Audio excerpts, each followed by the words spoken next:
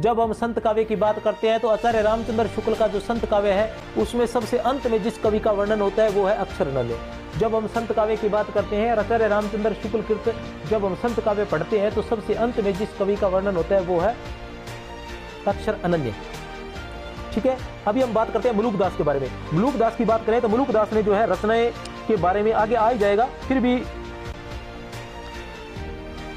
जो मुलुकदास की रचनाएं अवधी भाषा में भी थी, ब्रज भाषा में भी थी। ठीक है ना, ये इनकी रचनाएं थी, तो ये ध्यान लगा लें कि मुलुकदास की रचनाएं। थोड़ा सा मुलुकदास जी के बारे में मैं स्पीड भी बता देता हूं। वैसे तो ये स्पीड की क्लास है तो इसके अंदर ज़्यादा अपने को नहीं करना चाहिए, तो फिर भी मैं स्पीड से ही बता देना चाहता हूँ कि मुलुकदास पिता का नाम सुंदरदास खत्री था। मुलुकदास ने सुख सागर में गुरु देवनाथ पुरुषोत्तम के रूप में स्मरण किया। मुलुकदास की जो रचनाएं हैं वो ज्ञानबोध, ज्ञानप्रोची, रतन खान और विभव विभूति, ज्ञानबोध, ज्ञानप्रोची, रतन खान और विभव विभूति।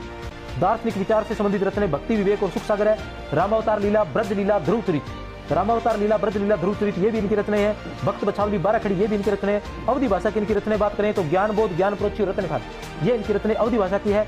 ब्रज भाषा की कृष्ण चरित्र से जितनी भी रचनाएं हैं मुलुकदास की वो सारी क्या है, ब्रज भाषा की है। जैसे ब्रज लीला हो गई, ठीक है ना, ध्रुव चरित हो गई, ये जो रचनाएं हैं ये किसकी है, ब्रज भाषा से संबंधित है। मुलुकदास की रचनाओं में ज्ञानबोध सबसे महत्वपूर्ण है।